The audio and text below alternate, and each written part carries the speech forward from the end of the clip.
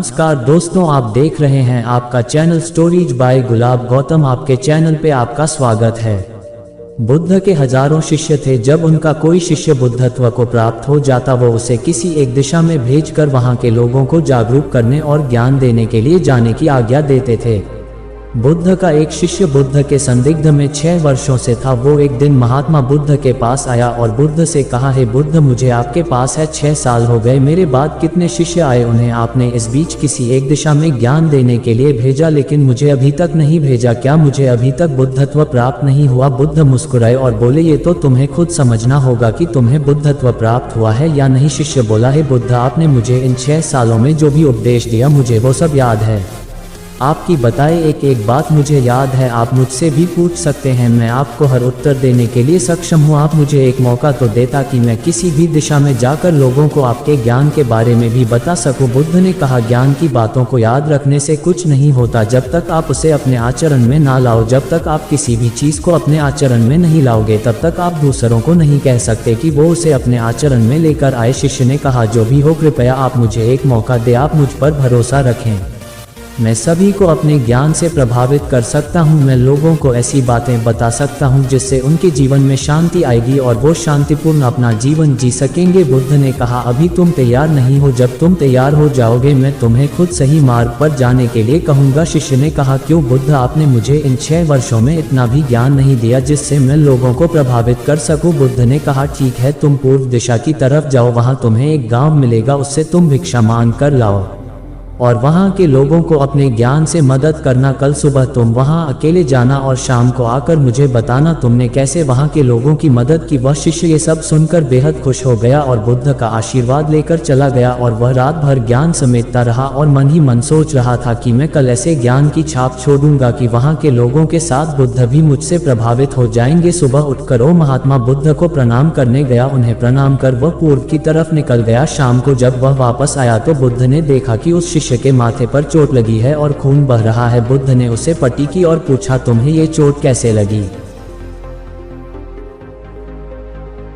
शिष्य ने कहा कि बुद्धि, वहाँ के लोग बेहद दुष्ट हैं, उन्हें जरा भी बुद्धि नहीं है। मैं उस गांव में भिक्षा लेने गया पर किसी ने मुझे भिक्षा नहीं दी, सब मुझे गालियां दे रहे थे। एक व्यक्ति ने तो मुझे भी भिक्षा तो दी लेकिन नीचे फेंककर और कहा, इसे उठा लो। मैंने उन्हें काफी समझाया लेकिन वह मेरी बात सुनने को तैयार ही नहीं थे। उल्टा उन्होंने मेरे साथ हाथापाई की जिससे मुझे चोट लग गई है। बुद्ध, आप मुझे दूसरी जगह भेजे जहाँ के लोगों में बुद्धि हो, इस तरह ना हो। बुद्ध उसकी बात सुनकर मुस्कुराए और बोले कि अगर तुम्हें दूसरे गाँव में भी ऐसे ही लोग मिले तब तुम क्या करोगे? शिष्य ने कहा, हे बुद्ध, ऐसे लोगों को कोई ज्ञान नहीं दे सकता, वह लोग अज्ञानी हैं, उन्हें कौन समझाए? बुद्ध ने कहा, वह लोग अज्ञानी नहीं बल्कि ज्ञानी हैं।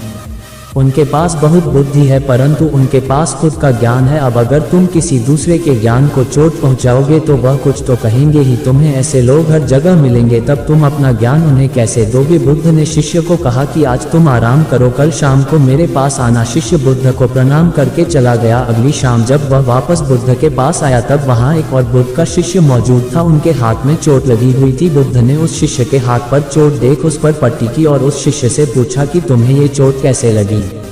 शिष्य ने कहा, हे बुद्ध, आपने पूर्व के एक गांव में मुझे जाने के लिए कहा था, वहीं मुझे ये चोट लगी। बुद्ध ने कहा, वहां तुम्हारे साथ क्या क्या हुआ तुम मुझे बताओ। शिष्य ने कहा, हे बुद्ध, वहां पर मैंने सबसे भिक्षा मांगी लेकिन किसी ने मुझे भिक्षा नहीं दी। एक व्यक्ति जिसने भिक्षा दी थी उसने भी वह मुझे जमीन पर फेंक कर दी और कहा, उसे उठा लो। मैंने चुपचाप उसे उठाकर अपने पात्र में रख लिया और उसे कल्याण का आशीर्वाद दिया। तब उस व्यक्ति ने मुझसे कहा, आप बड़े ही अजीब व्यक्ति हो, मैं आपका अपमान कर रहा हूँ और आप मुझे आशीर्वाद दे रहे हैं। मैंने उनसे कहा कि आप धनी हैं, आपने मुझे दान दिया है इसलिए मैं आपको आशीर्वाद दे रहा हूं। फिर वहां से मैं आगे गया तो कुछ लोगों ने मुझे वहां से जाने के लिए कहा। उन्होंने मुझे कुछ अपशब्द कहे और मुझ पर कुछ पत्थर फेंके जिससे मुझे चोट लग गई। जब मैं वापस आ रहा था तब मैंने एक माँ को रोते हुए देखा, वह अपने बीमार बच्चे को लेकर चिंतित थी। मैं तुरंत जंगल से जाकर उसके लिए जड़ी बूटी ले आया लेकिन वहाँ के लोग मुझे जड़ी बूटी देने नहीं दे रहे थे। फिर मैंने उनसे विनती की कि वह मुझे उस बच्चे का इलाज करने दें, उसके बाद वो जैसा कहेंगे मैं ठीक वैसा ही करूँगा। फिर जिस व्यक्ति ने मुझे भिक्षा दी थी उसने गाँव वालों को समझाया, तब उन्होंने मुझे उस बच्चे को जड़ी बूटी लगाने दी। उसके बाद वह बच्चा ठीक हो गया। फिर गाँव वालों ने मुझसे अपने किए गए अभद्र व्यवहार के लिए क्षमा मांगी और मुझे धन्यवाद कहा। फिर मैं वहां से वापस आ गया।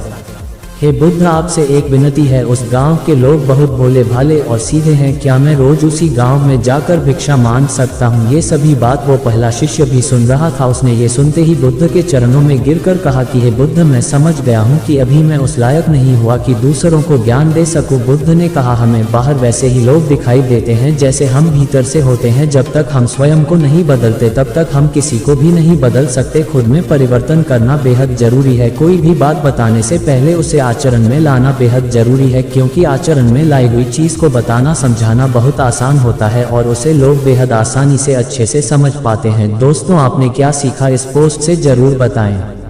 दोस्तों, हम सभी को ऐसा लगता है कि हमने जो कुछ भी सीखा है वह हमको दूसरों को सिखाना चाहिए, लेकिन हम जाने अनजाने में दूसरों को सिखाने के चक्कर में हम कभी कभी गलत साबित हो जाते हैं। तो इसलिए दोस्तों, अगर आप किसी को भी कोई भी सुझाव देने के लिए जाते हैं, आप कोई भी चीज सिखाने के लिए जाते हैं, तो सबसे पहले आप उस कार्य को संपूर्ण रूप से और सही ढंग से अच्छे से सीख जाएं। और आपको जब ये पक्का प्रूफ मिल जाए कि अब मैं इस कार्य को संपूर्ण रूप से सीख चुका हूँ, अब मैं दूसरों को सिखा सकता हूँ, तभी आप दूसरों को सिखाने के लिए जाए। अन्यथा आपके साथ दुर्व्यवहार हो सकता है और आपको क्षति भी पहुंच सकती है।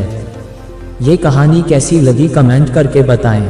वीडियो देखने के लिए धन्यवाद। जय हिंद।